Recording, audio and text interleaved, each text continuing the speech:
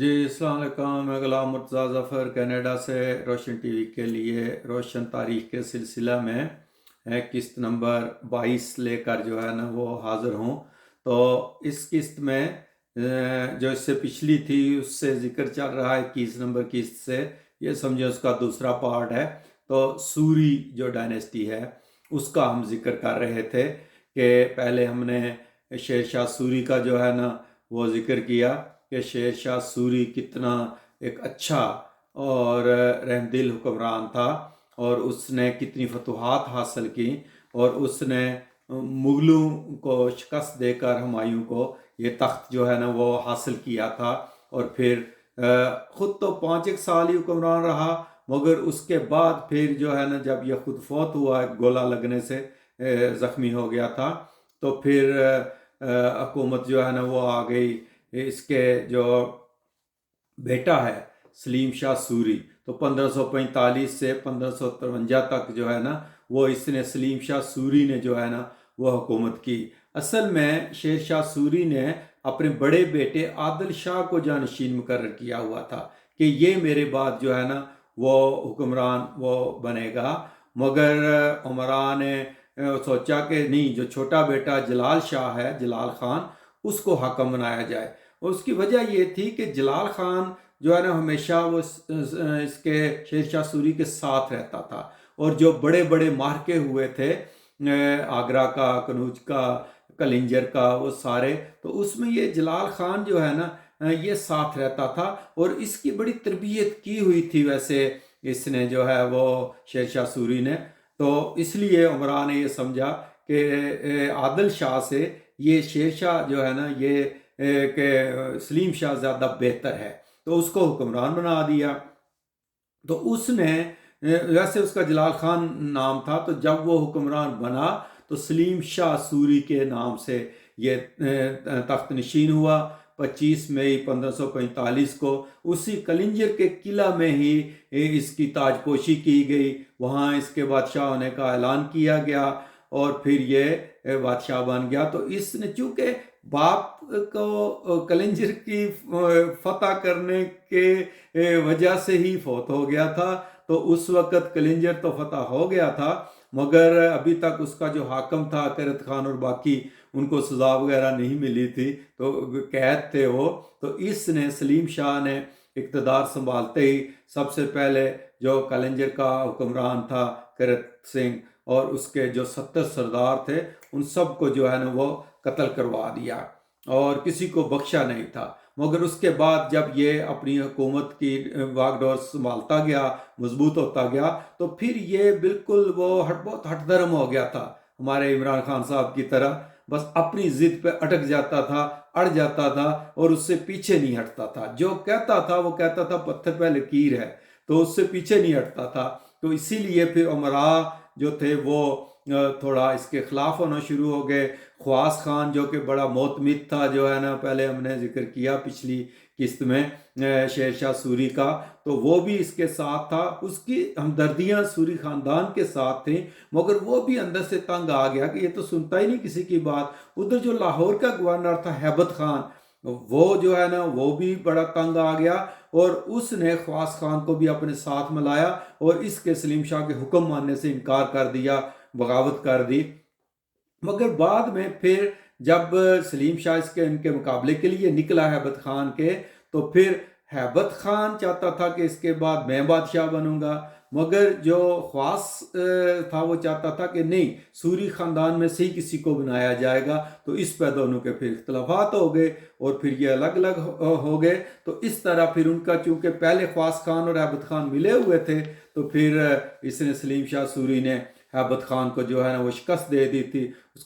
کو اس کی ماں کو سب کو گرفتار کر لیا، پھر کچھ عرصہ رکھا، پھر قتل بھی کروا دیا تھا سب کو، تو مار دیا تھا۔ تو اس کے بعد یہ اسی دوران یہ ہوا کہ کامران مرزا جو ہمایوں کا بھائی تھا، وہ گکھڑو سے مل گیا ہوا تھا، بلکہ گکھڑو نے اس کو یرغمال بھی بنایا ہوا تھا کامران مرزا کو۔ تو گکھڑ جو تھے وہ اب مغلوں کی حمایت کرنا شروع ہو گئے تھے، تو ان کو جو سپلائی جاتی تھی وہ گکھڑوں سے جاتی تھی، جی ٹی روڈ، یہ جو جی ٹی روڈ تو شیر شاہ سوری نے بنوائی تھی، مگر یہ سپلائی روکنے کے لیے اس نے یہ روہتاس کا قلعہ بھی بنوایا تھا تاکہ گکھڑ جو سپلائی لائن بھیجتے ہیں کابل کو اور کامران مرزا کو یہ روکی جائے۔ تو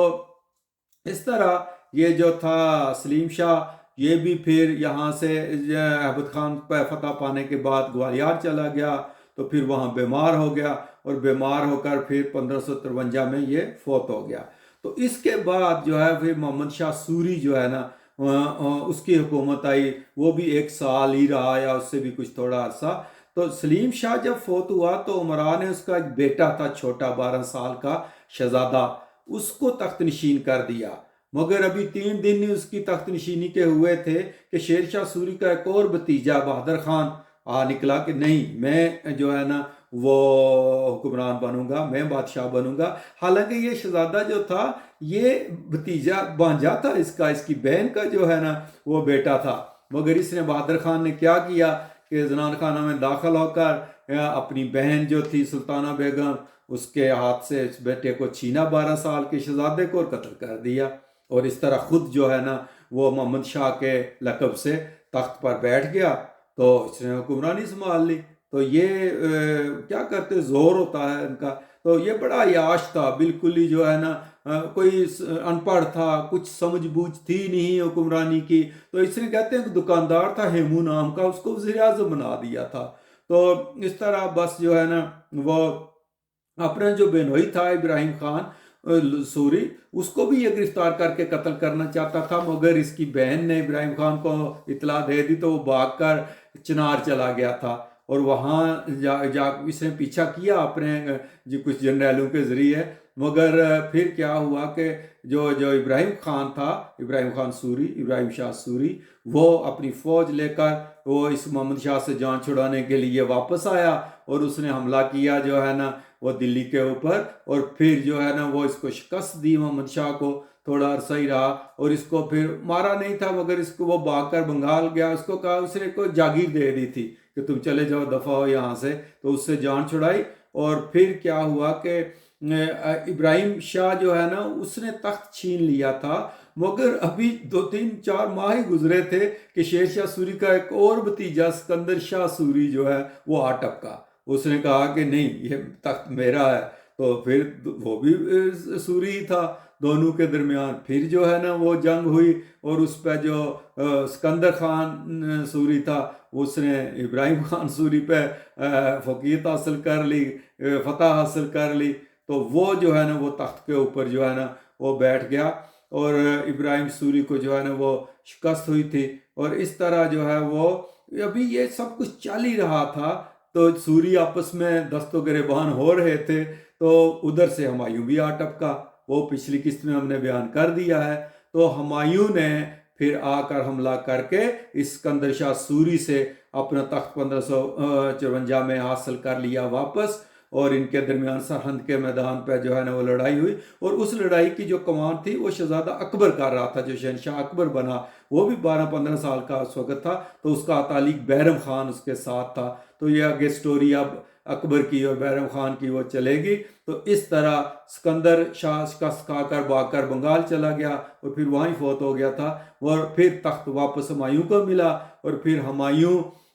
جو ہے نا وہ تقریباً 6-7 مہینے کے بعد ہی بیچارہ گر کر جو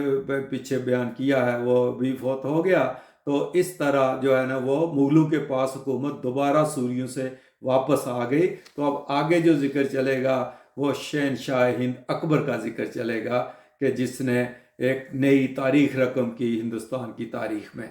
تو اگر آپ نے پچھلی قسطیں نہیں دیکھی تو سبسکرائب کریں روشن ٹی وی کو، اور پہلی قسط سے لے کر یہ ابھی 22ویں قسط ہے، تو اگر یہ ساری آپ سلسلہ وار دیکھیں تو آپ کو پوری تاریخ سمجھ آتی جائے گی۔